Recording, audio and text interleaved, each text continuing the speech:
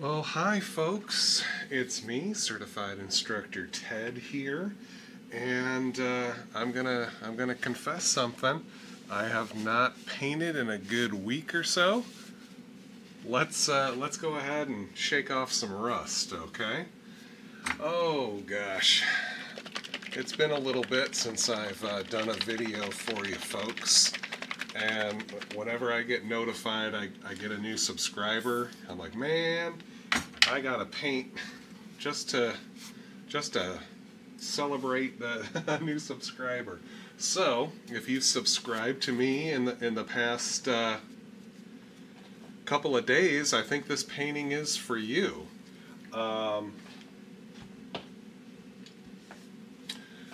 We've got our 12 by 16, just a simple canvas here, simple practice canvas. Got my liquid white, and I always like showing this step if possible here to give you guys an idea of how much to use when you're painting. And yeah, I use the big old 2-inch brush for this. It covers and spreads a little faster than using a smaller brush, but if all you got is the 1-inch brush, by all means use it. Oh, we forgot, we're gonna have a little pea-pod squirrel here. He's gonna keep us company while we paint today. Hopefully doesn't get too painted. I keep thinking to myself, I need to get a nice cutout out of some contact paper and do a squirrel cutout. Maybe I'll do that sometime soon. And again, I've said that a lot. So you can see here that it's already pretty well coated. Got a little dent there, but that'll be okay. This is just a demo piece. I have had paintings on display advertising my classes, and they do get some dents and some fingerprints once in a while. But I've got my canvas pretty well coated here. Let's just do a quick little fingertip test. There we go. If you can see that. See, it's just a very light coating on there. It's not like dripping with paint. That's all we really need. Scrape off, wipe off a little bit of that excess liquid white out of my brush. Oh, that'll be fun to blend. But what I am going to do here, I am going to use my 1-inch brush, and let me show you the colors I got laid out here today. I think this will be it.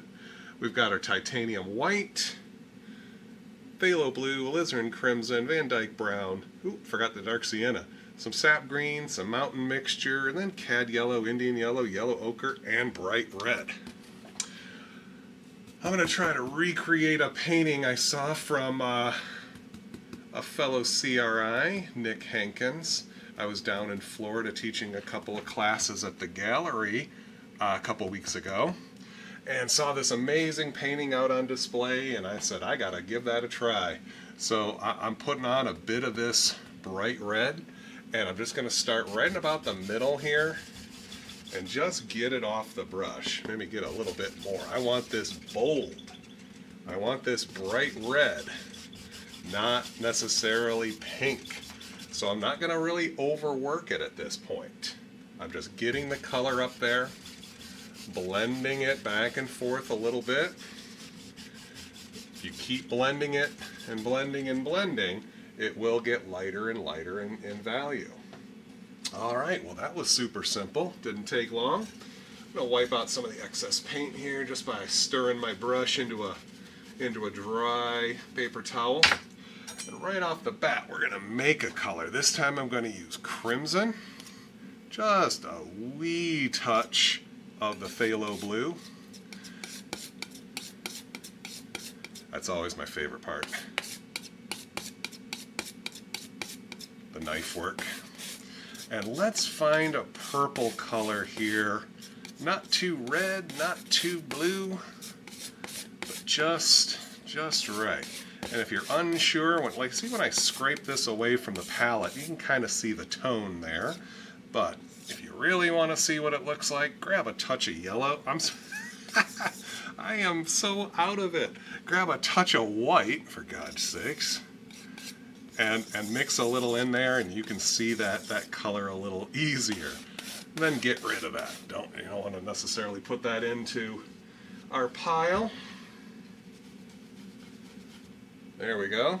Brush is mostly cleaned out. I'm going to go right into that purple. Work some paint into that brush nice and even. And I'm just going to drop this in and load my brush before it turns to lavender. I want to get this color out and bring it right on down so it's touching or overlapping the bright red just a little bit. I often see students leave kind of like a white stripe in between. I would advise to just cover it. Just get it right on over that red a little bit. It's a little rough. It's fine. It's fine. I'm going to go ahead and clean this brush. I've got my bucket of thinner here. Let's give it a quick brush out, shake it off. And I got my beater bucket way over here.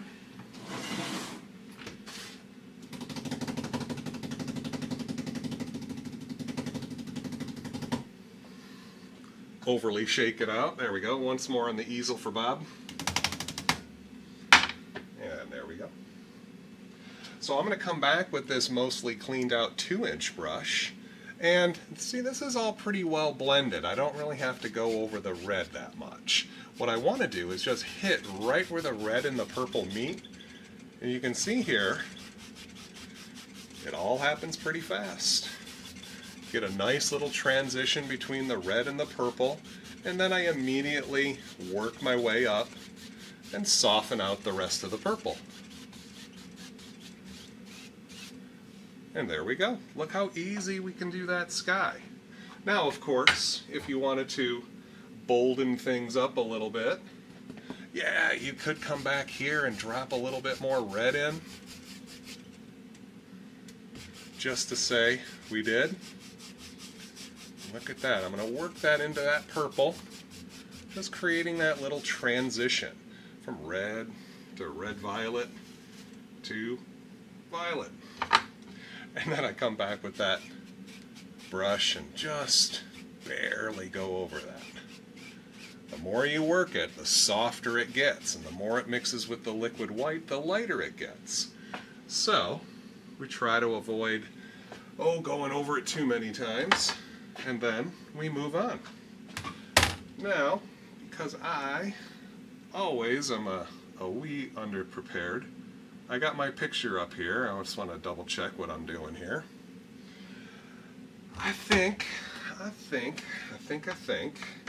going to come back and just grab just the tiniest amount of the phthalo blue. And I really want to beat it into the brush. I don't want to have it just on the corner. A little bit of that phthalo blue. Now the goal here, when I hit this and I go over it a couple of times, it picks up that purple and makes it slightly darker, slightly bluer in the corners, just to give it a different vibe, you know. A little extra zing helps draw the eye into the center here. And since we're not doing any clouds today, we can pop right into that big old mountain. Okay, let's see here. Take a little bit of that mountain mixture and just pull that out nice and flat. I'm going to add just a touch of that crimson to it, just to purple it up a little bit. This mountain mixture is a very, very dark blue. Out of the tube there, it's Bob's classic mixture of dark colors that he uses to make the backside, the background, I should say, of our mountain. Backside. So let's make a big old mountain here. A little roll of paint, and let's just figure out. There we go. It's on there now. just trying to create a dark outside border here. You push hard enough with the knife nice and flat, and you see how it just makes that dark line automatically? And then we just nip off a little light scrape, grab it, and yank it. Maybe that's going to be our main peak. Things change in an instant, and we just go with it, right? So, ooh boy. Well, I don't want to lose all that red. Maybe I started a little too high. Aw. Well, we know it's there.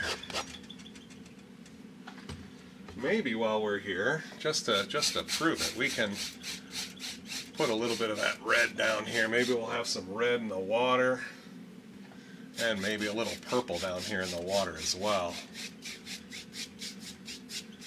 Oh, and by the way, looks like we're having water in our painting. Throw some of that in there. I tell you, I'm unprepared. That's how I play around and paint. Just try to be as unprepared as possible. Yeah, I should have had that mountain much lower. Oh well. Maybe I'll do it again. Maybe I'll do this one a couple of times. Maybe you won't even see this one. I'm not live, so I could just do this mountain again and you guys would never know. Maybe this painting will never, this video will never see the light of day. You never know. Let's come back here with my 1-inch brush. Move some of this excess color.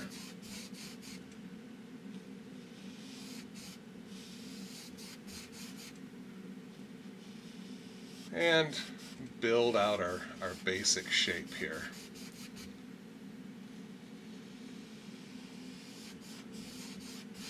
A little bit in the sky over yonder.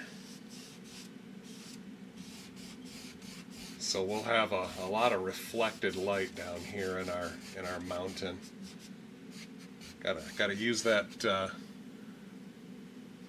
red that we do have. Oop, there it is. Gotta get that little bit out there.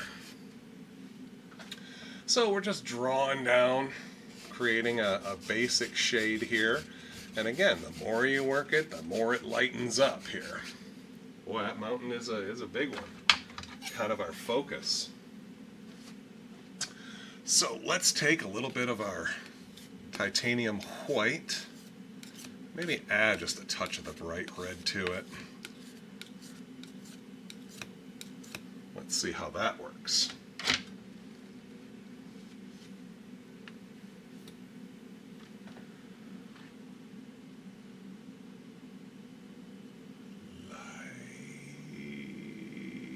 Touch.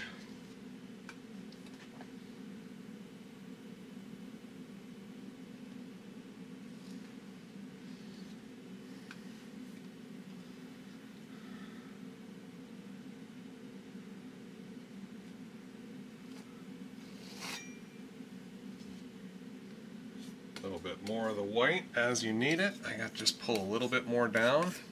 Add just little glints of the red. And it reacts and contrasts and enhanced by the sky there. And we get all sorts of interesting shades popping out.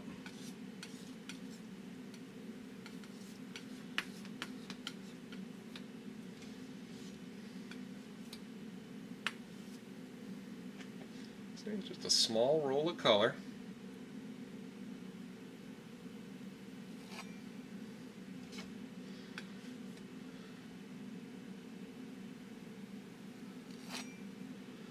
Dropping in something nice looking. I'm gonna go ahead and make up a little bit of shadow with our phthalo blue and white. Let's go ahead and make a nice column out here that I can get at. Maybe even a touch more blue. I want this to look a little bolder.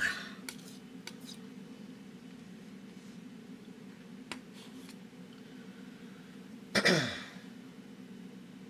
to come up here and give it a little zinger.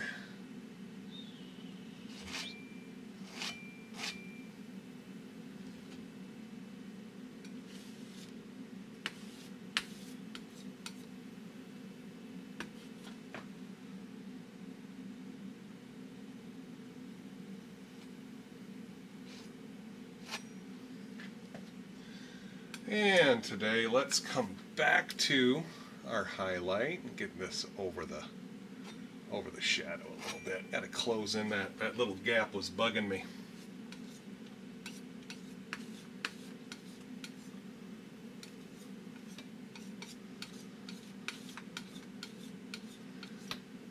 Mix up a little bit more of the highlight color,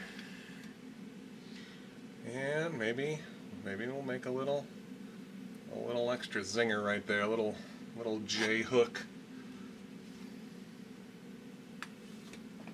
Same thing over here. Let's just drop in something to make it a little jaggedy.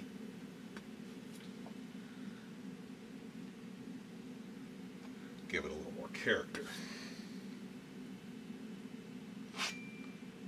Change that angle a little bit. And it looks like just another little section of mountain. There we go. And you can do this a number of times. You can create mountains, a second mountain in front of the first. You can add peaks and little features, as much or as little as you desire. Watch this. I'm gonna throw in something. Ooh, maybe right here.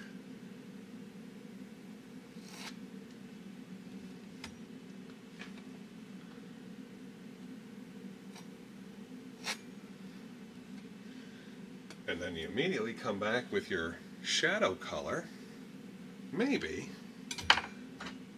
so I can sneak it in there a little better. I can use my small knife. Small knife is good for getting into those hard to reach areas. Create a little indication of the back side of that. Ooh, there we go.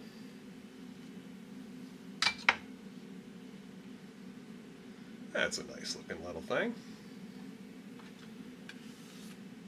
That was so fun. Maybe we'll add another one right over here. See a little ridge line of something there. Catches the sun. And then give it a shadow.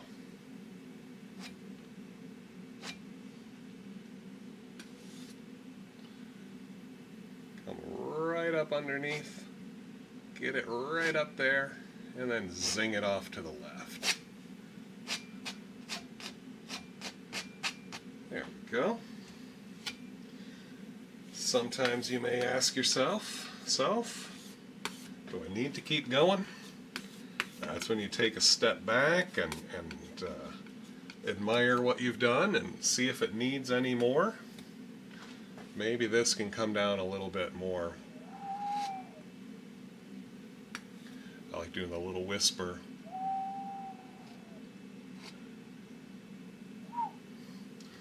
Helps me imagine making a very light touch.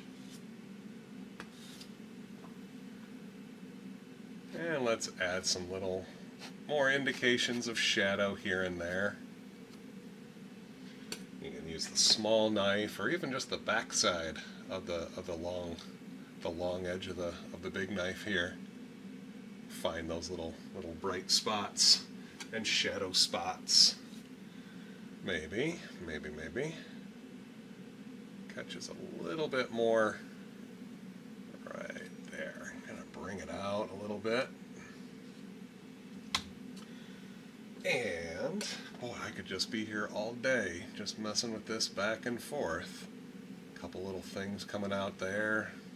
It's all in the service of making it look like a three-dimensional object. These angles here help the mind see that these little ridges are coming towards us.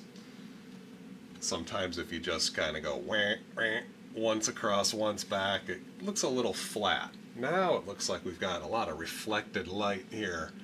And all this stuff down here that we covered up, still has this lighter look to it. The sun is shining and just getting ready to disappear, but it casts its light one last bit, and we get to see it. Lucky us, right? Oh boy. But there does come a time where you're just gonna have to stop. A couple of little bright bits. Ooh, little snow got off the edge there. And the more you mess around with it, the more those little things can happen. Find those spots, but once in a while, eventually here, you gotta call it a day and move on, or else I just get a little bit off into the weeds, and I'll mess with it forever. And I don't like messing with it forever.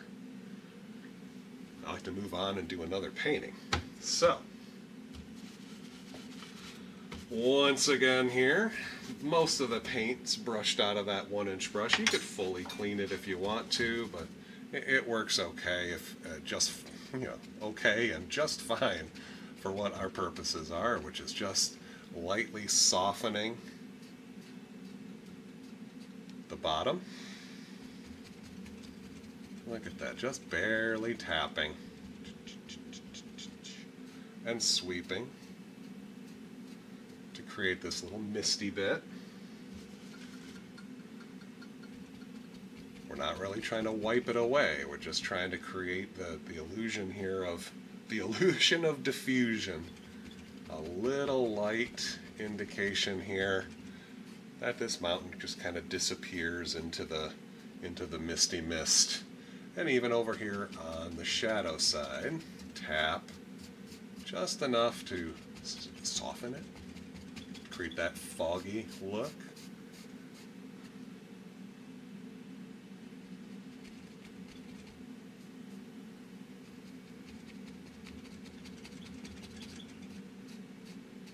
Try to follow those same angles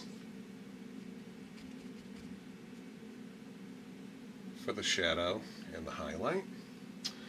And let's see here. I'm going to come back with this big old brush and just give it a quick once over again. And very, very, very lightly, just a couple of crisscrosses right at the bottom just to blend everything. And hopefully the mountain just disappears.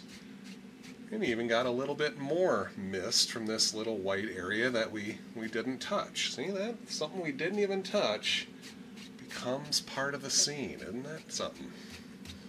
I love that. Wow. Super fast. 23 minutes into the painting here, we've got ourselves a mountain. And this, of course, the sky. Now, Bob only had 26 minutes. My God, that time goes by so fast. He would just be cranking these trees out and moving on. So we must as well. Let us, I'm going to clean my brushes really quick. We've got the 1-inch brush.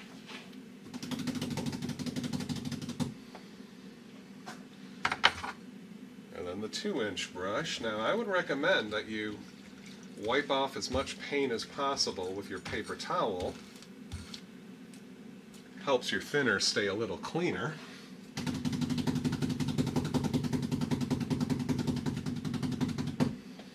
And there we go.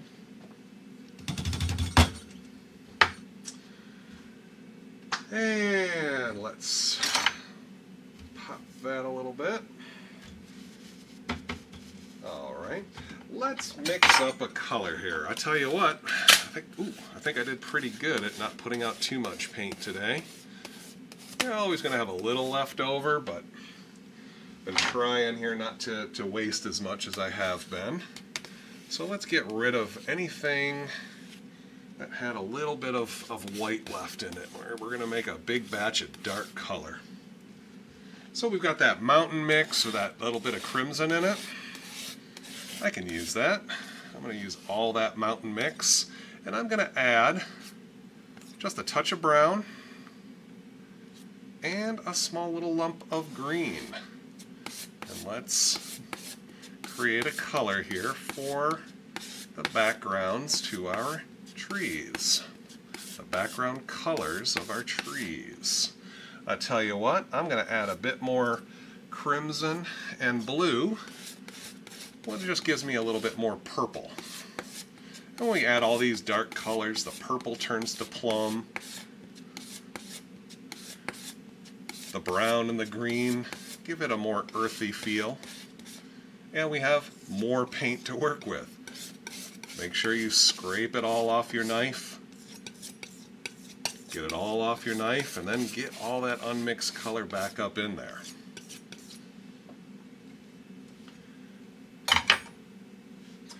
Now, I think I'm going to use this fairly clean, well it's clean, but it's a fairly new number 3 fan brush. I've been neglecting the little fan brushes lately, using bigger canvases. It makes the trees go on a little easier when you use the big old brush, but on this smaller canvas, we'll give this number 3 a workout. Lots of paint up into the brush, nice and smooth. I'm not sure if you can see that. Lots of paint. We're going to make a series of big old trees here. And let's put the first one right over the base of the mountain. Ooh, it's been a while since I've done trees. Didn't really like how that one worked out, so you know what? I'm just going to make it taller. You don't like the way those little guys look at the top? I make them taller, and then those bits that you didn't like, they'll get covered up and turn it into a tree that we can be proud of. Oop! And then jam that palette into your easel and knock the painting around. I tend to do that.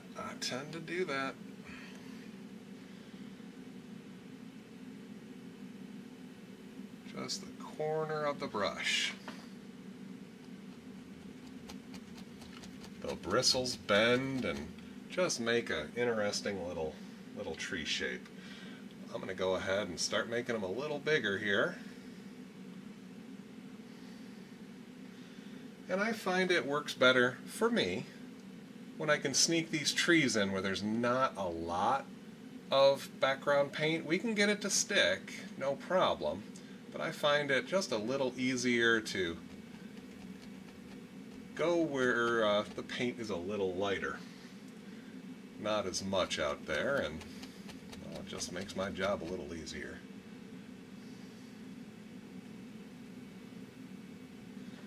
Alright, maybe give this guy a little friend.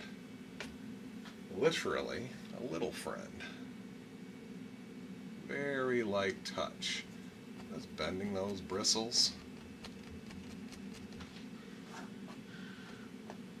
Oh, just heard a noise in the back there, and my turtle's climbing up on his little shelf to get some sunlight.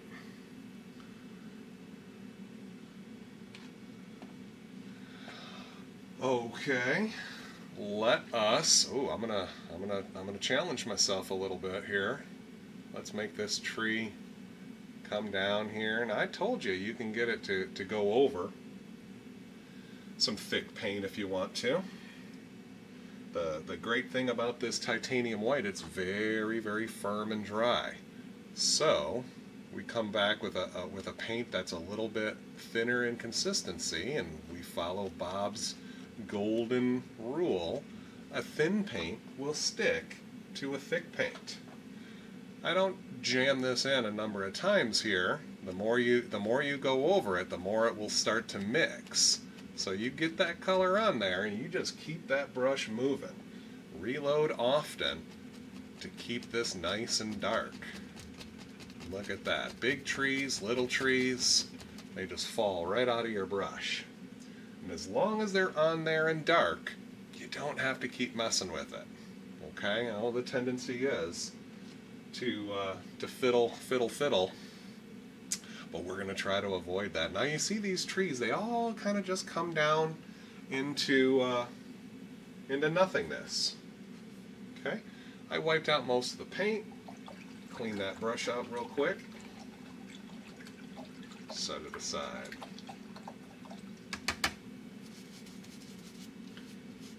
Now normally, when I'm live streaming, I'll ask the audience here to tell me what brush I should use, because you can use all these different tools here and just get similar results.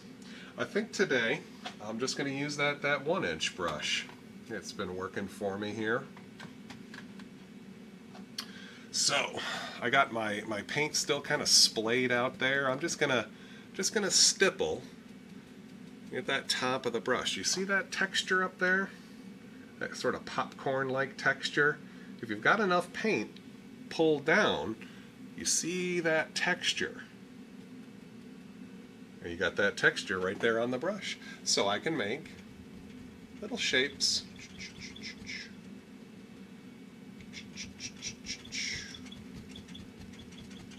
You get some nice dark looking trees and bush shapes here. So I'm going to drop some in,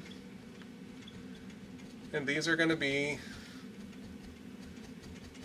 next to, maybe a little behind or in front of the evergreens.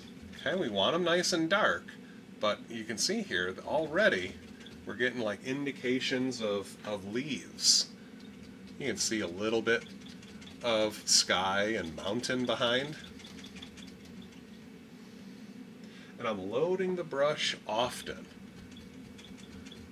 Can't really get too much out of this. So we're trying to put paint on top of paint here. Once we get a bush in there, that brush really isn't loaded enough to put in too many more. Else it'll just look a little too light. See that?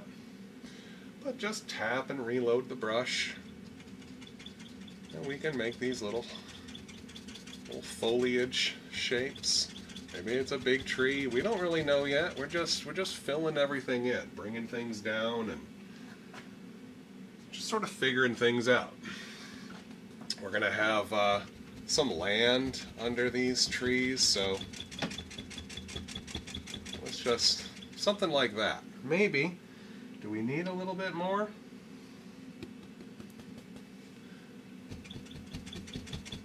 There we go. And those in the know what's coming up. I'm going to take my cleaned out and dry 2-inch brush here, and let's grab some of this color and pull down. Press in and just let the brush fall.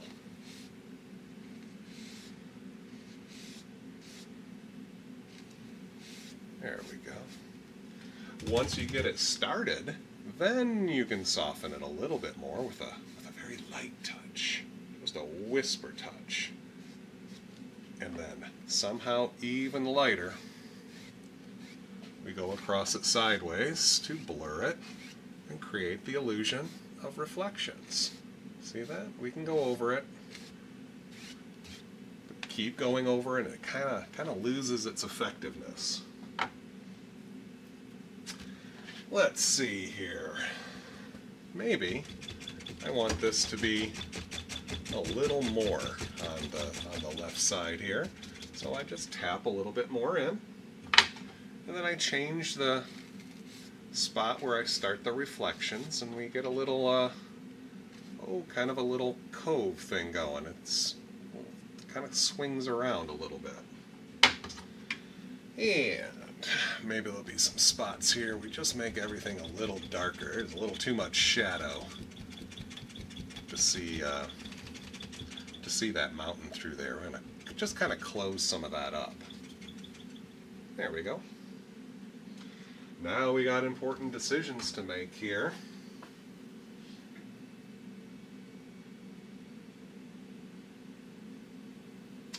putting in highlights. I'm going to go ahead and start with the trees. So I'm going to take my liquid white and start thinning down some of this cadmium yellow.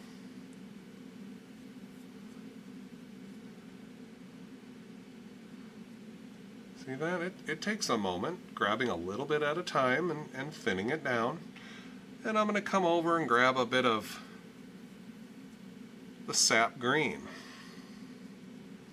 Work that into the thinned paint. Okay? Figure out what color works for you. Grab a little bit more.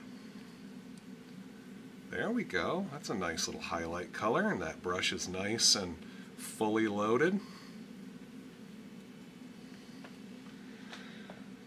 And let's see here. I'm going to take my small knife and just lightly touch here in the middle and just kind of cut upwards.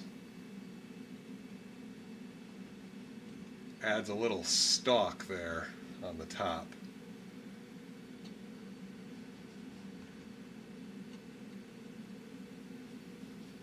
Gives it a little, just a little more tree-like topper. There we go. And with a little bit of that paint, you can also just sort of drag upwards here and create some little sticks and twigs and maybe some old distant trees way off in the back. See that? No paint. I'm just using the paint that's here and just sort of cutting upwards. And yeah, we could take the old knife and scrape some little white lines too to give some little indications. I'm not really going to do too many of these now. I'll come back and maybe put some in after the highlights. So, take my brush here, very lightly, touch, touch, touch, touch, touch, touch, touch, touch. Little bits of highlight, move on. I find if I dwell and dwell, then the tree just kind of turns yellow-green. We're just trying to highlight things. Keep a little bit of that dark in there to act as all the shadows.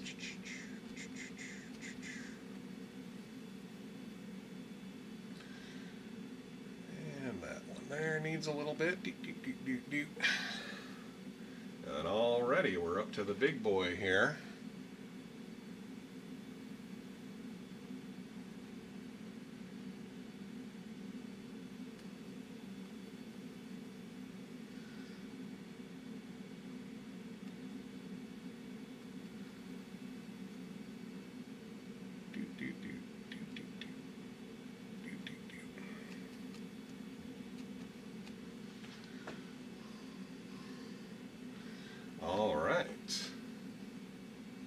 Super simple.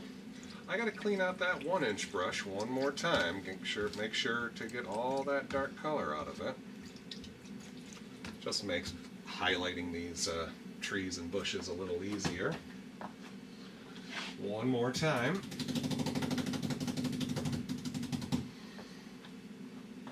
Let's do a little bit here. Let me see what I got. What I want to do, that's that light, nice and loose highlight color. I'm going to bring a little bit more of the yellow down, and I'm not pulling it super flat. I just want it kind of laid out smooth, but it's a little thicker. So I can, let's see here, I get just a wee touch of this liquid white on the top half of my 1-inch brush, and I'm just going to do some little stabbies, little stipples here. Once again, you see that little popcorn-like texture when the light hits it, right? That means you've got that same texture out here on the brush.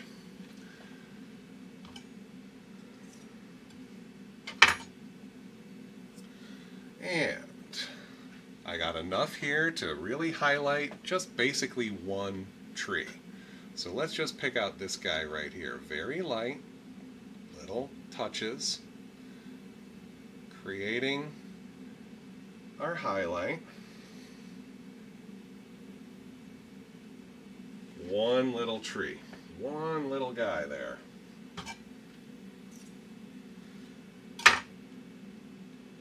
Now I need a bit more color. I gotta make up a little bit more of this.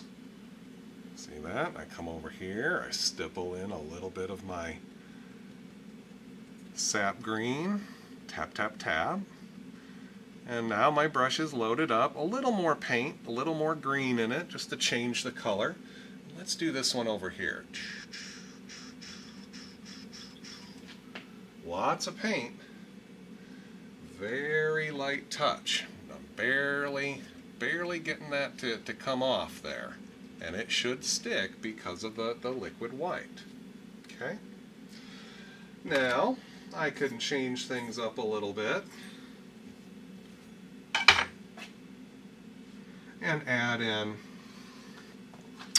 I'm going to add in just a little bit more of the Indian yellow to change up the flavor here. Tap, tap, tap. You can see it kind of dulls it a little bit. And let's do this one right there. Okay. Sometimes you pick up a little bit of that dark color and I just wipe it off. Come back and reload that brush. Maybe a little bit of this yellow ochre. I tap, tap, tap, get a little bit of it, tap, tap, tap. Then I can come in and just make a nice little different colored one.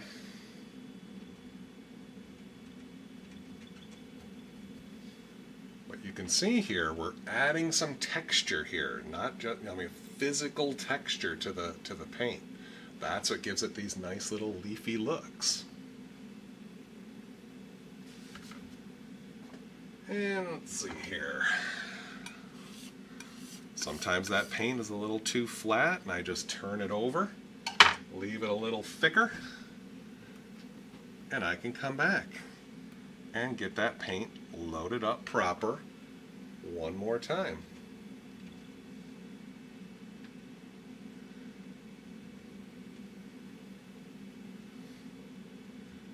One more bushy bush right there. That's a bigger one. You can see here I went just a little bit lower and it gives it an impression that it's a little closer. Okay, let's see here. I'm going to change my mind here a little bit and I'm gonna put in a little bit of grass right here,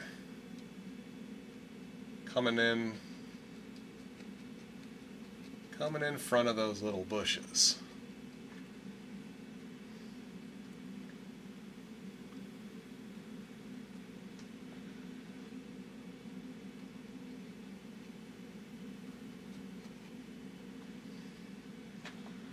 I can cut off those bushes and all of a sudden create a different look, right? Not really going down to the water. I've got some plans. Just getting a little bit of lawn-like grass, something you want to go walking barefoot in, as Bob would say.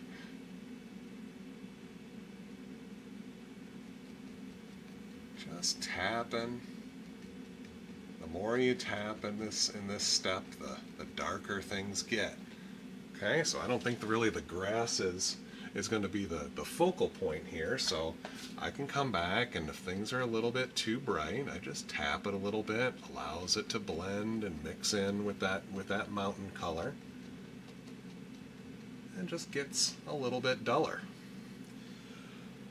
Let's see, I think I need, to be honest, maybe bring this tree a little bit more into the foreground and just add a couple more highlights to it.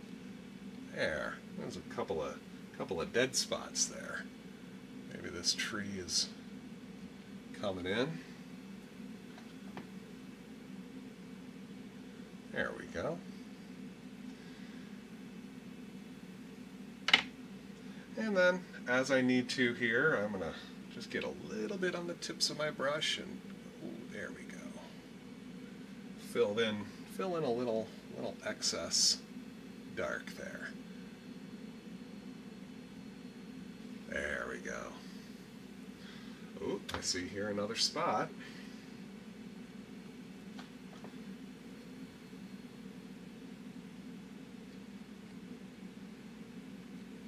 Very dark down there. That's okay right there. And let's see here, maybe put some more grass right here. Little tippy taps. Do, do, do, do, do, do, do, do, do, do, do. The more I tap, the more it mixes with the undercolor and the duller things get. Doesn't all have to be super bright. When I come back with a fresh load of color, that's where I can create a second little plane here, a second little grassy thing. Okay. And just as an indication that this bush is growing out of the land, I put a little bit more grass under it. Right there.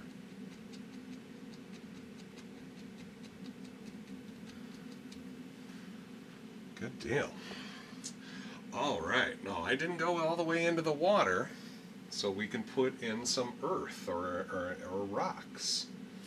So, let's see here. I pull out a little bit of the Van Dyke Brown and get that nice roll of color. And I think I want these rocks to have a little bit of extra oomph to them, so I'm going to kind of just sort of roll the knife over, in the motion, that is. Just getting some of this paint like that. Wherever you think we can get some exposed rock there. Maybe you can kind of get the little feel for it, that little motion. If you want just straight vertical cliffs, you can. I'm going to try to follow the lay of the land I got going on here, and we've got some grass started.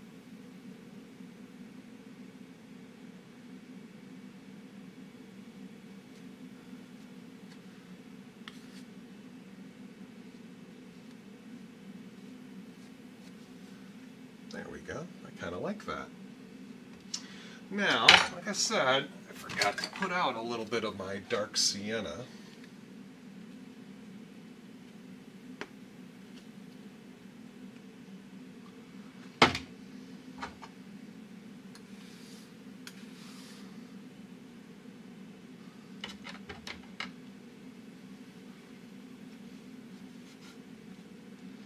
And let's see, I'll take a little bit of the white and some dark sienna. Maybe a touch of the bright red. Why bright red? Well, it looks awesome. And it helps tie the sky into the earth a little bit. Now I kind of over mixed here, so I'm gonna just keep layering on some various shades here, leaving it marbly.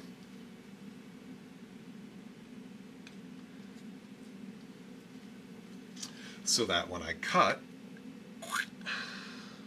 we get all these different shades all wrapped up in this roll. Now, no pressure, just like snow on the mountain. Just let some of this come off.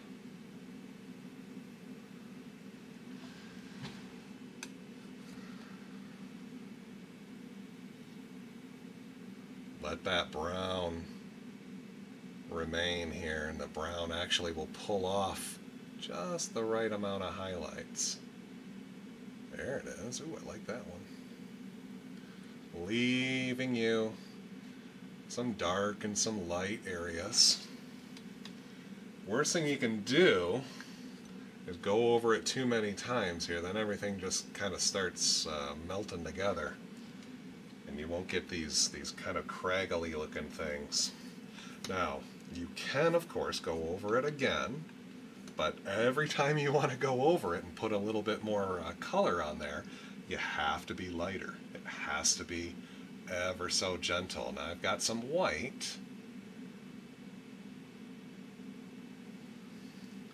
Didn't want to come off. That titanium white is a little firmer. Doesn't really want to come off so well. Just get it a little bit. And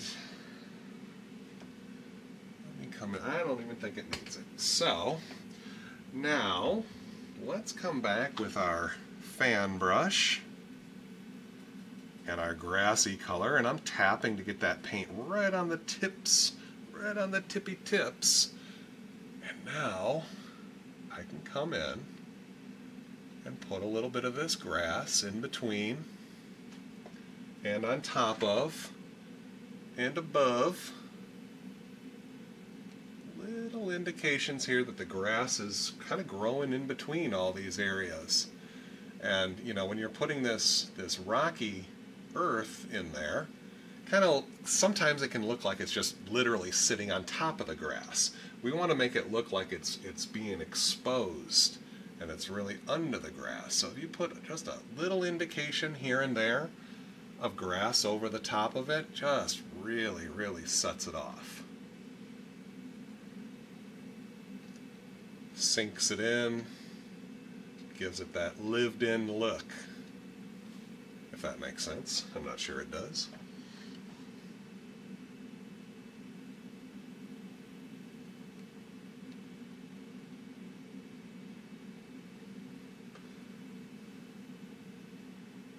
Different spots here. Some of it's lighter, some of it's darker. Some of it's in shadow. There we go.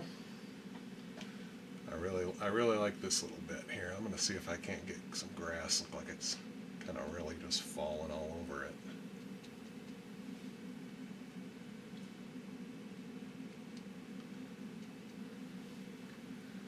Good.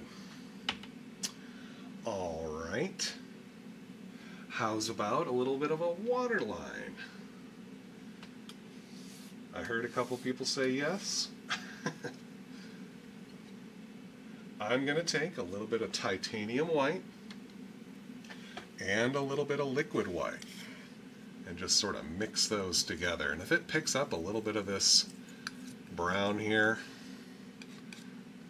or even force a little bit into it, maybe even a touch of the red.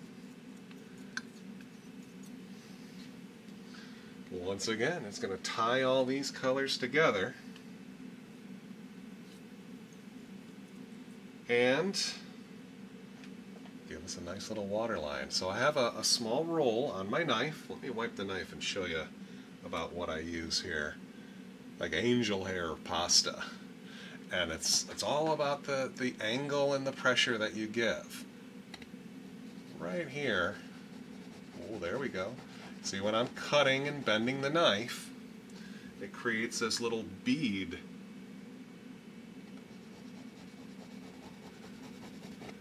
And a little, kind of a smeary bit, I like to say. That little smeary bit is that shallow water. And then the bead looks like a little bit of foam pattern or just a ripple-like effect. But I'm trying to keep that knife basically horizontal. I wouldn't want to curve the knife like this. Sometimes people want to go, oh, they're going all nice and straight, and then they curve. No, just keep kind of cutting sideways and just move the knife down.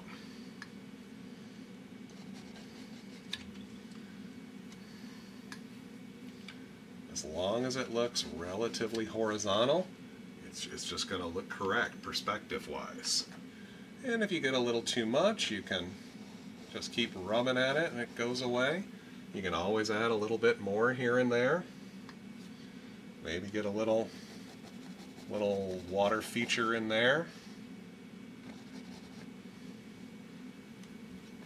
A little It'll splash and zoom and all sorts of fun stuff.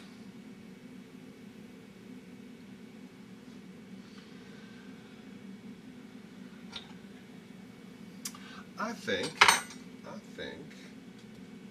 I can come back here and maybe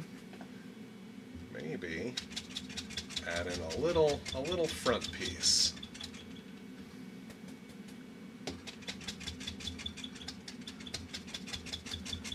Something in the front there. And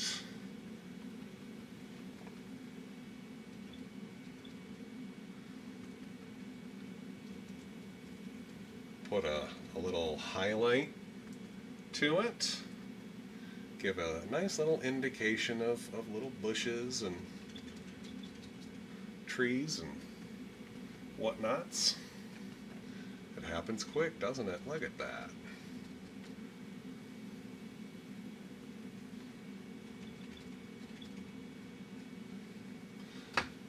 Or you can even decide you want a nice big old stone here.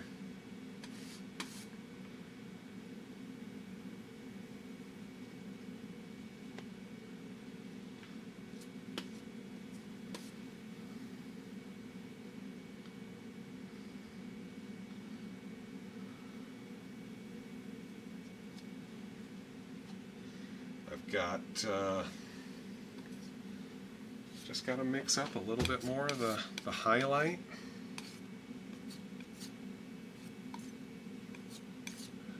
One last chance here to get some reflected red there.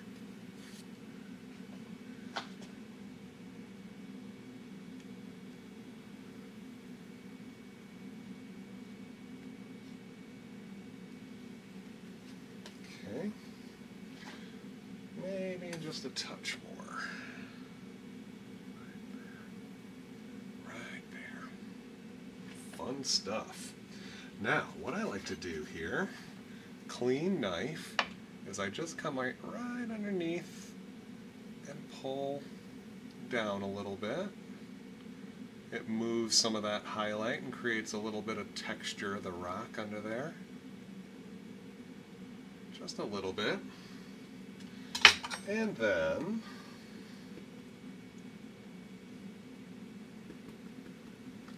I can put in some little bushes, grass things.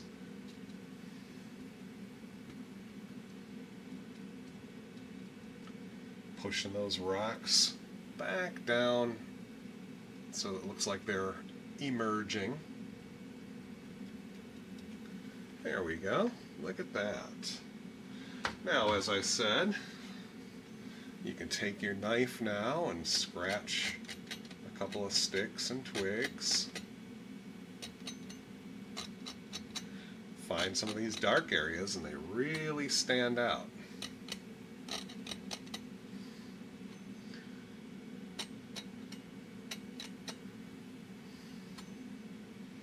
And I think we just about have a finished painting.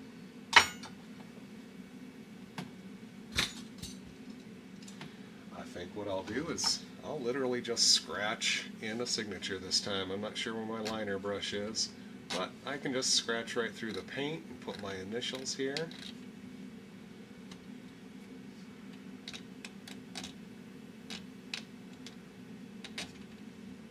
Little TS23. And that's what I got for you today. It was a fun little warm-up.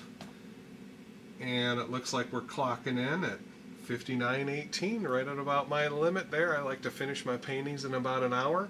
So, success. All right, guys. I'll see you next time. Take care.